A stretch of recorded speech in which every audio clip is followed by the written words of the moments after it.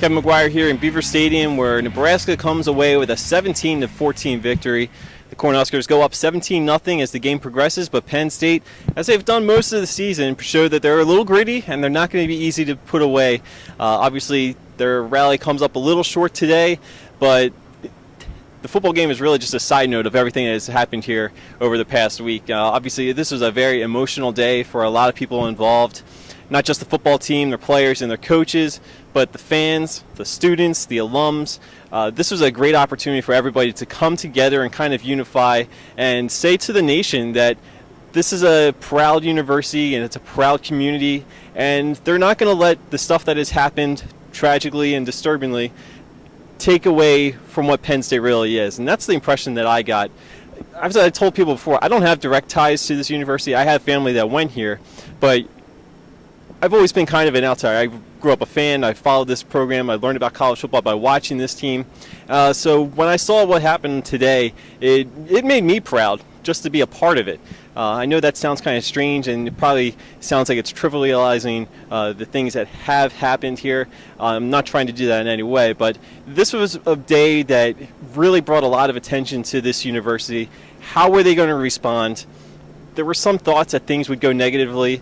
Maybe there would be a little ruckus here and there, but I really never thought that was going to be a possibility, and we definitely saw that today.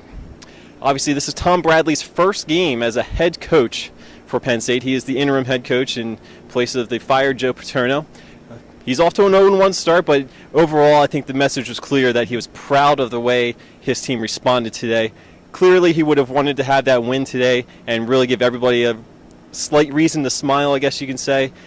Not trying to say that in any poor taste, obviously, but he really was proud of the way everybody came together. Not just the players and the coaches, not just the lettermen who returned. There were a number of them, close to 200 probably is the estimate. But obviously everybody that was in the stadium. And they're not just talking about Penn State fans. The people from Nebraska, their team, their fans did a marvelous job of all coming together and having their backs for the people in blue and white, obviously mostly blue.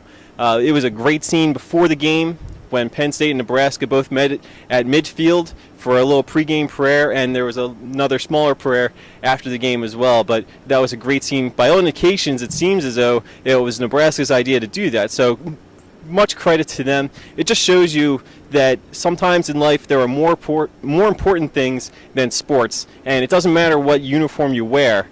You're all going to come together because you realize we're all together in this, and that was what I got out of this. So a lot of messages were sent today. Hopefully there was many more positives than negatives.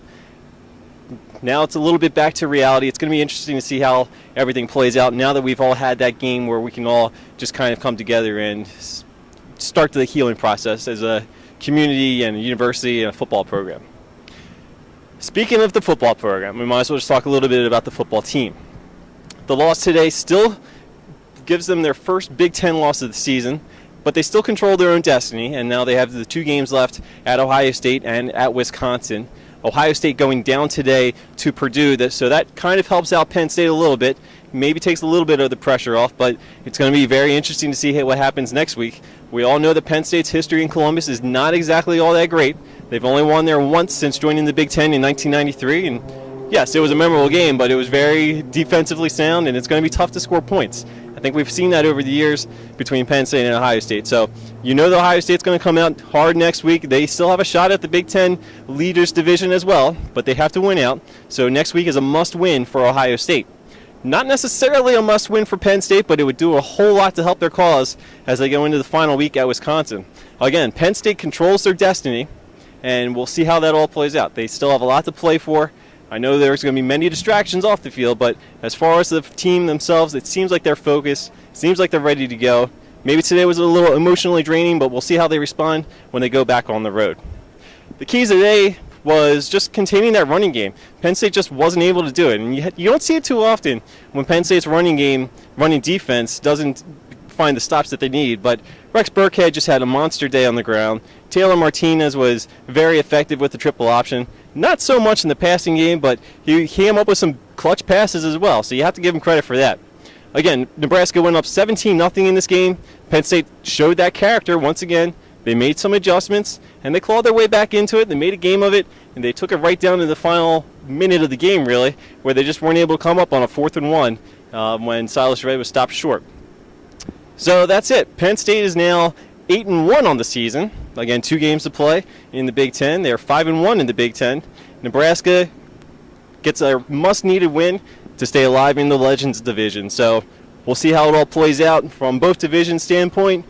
Thanks for watching. This is Kevin McGuire. Make sure you follow me on Twitter at PSU Examiner, and we'll take a look at inside the clubhouse, inside the locker room, and then we'll see you next week. Everything that's going on. It was obviously hard. It was a lot of distractions going on, but I think the team did a great job of holding it together and trying to be as prepared as we could be for the team. How tough emotionally was it to even put on the pads and prepare for this game?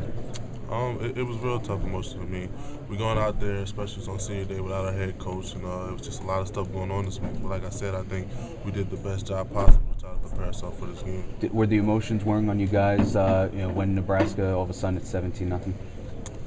Yeah, but like the whole season, teams been able to get up on us, but we've always been a team that's going to fight back for 4 quarters, and that's what we did today. Unfortunately, we didn't come out with the win, but I'm still proud of how we didn't give up. I can understand, obviously, why people would think they should cancel the year or cancel today's game or postpone it or whatnot. But I mean, you guys were out there. You saw how the fans were. You saw the support we had from everybody, and I'm real proud of the way we fought till the end and tried to pull it out. How strange was it being on the bus and looking up in that front seat and not seeing Joe? Well, this year Joe really hadn't rode a lot with us on the bus, but knowing that he wasn't going to be there on the field or in the box, it was tough. And like I said earlier, it's in the back of your mind. But at the same time, we really don't want to use that as an excuse for the reason we lost today. Mixed feelings. You have a pretty good game, but as terrible as this week was, and you guys lose, what's it like trying to process all this? I could be honest with you and say I still haven't processed it. Yeah. Oh man, it's crazy. I mean, guys that wasn't even here had nothing to do with it. And then we get thrown in the middle of it. But like I said, we just make the adjustments. We're not letting the outside stuff get to us. We're family. I said, I'm proud of them guys in that locker room.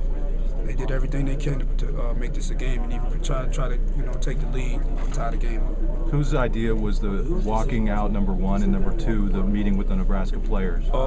I guess it was some guys on the team came up with the walk-in, and then I guess one of the coaches had said that come to the middle. Like they had told us before the game that we was going to do that, but I guess it was one of the coaches out there. What was that moment like? Can't describe it. I mean, just walking out there, showing everybody that we're still united, and then going on the 50-yard line to go pray with a team that we're about to do battle with. We put them differences aside and just pray for the victims. I mean, what more can you ask for? That was a great little adjustment we had before the game.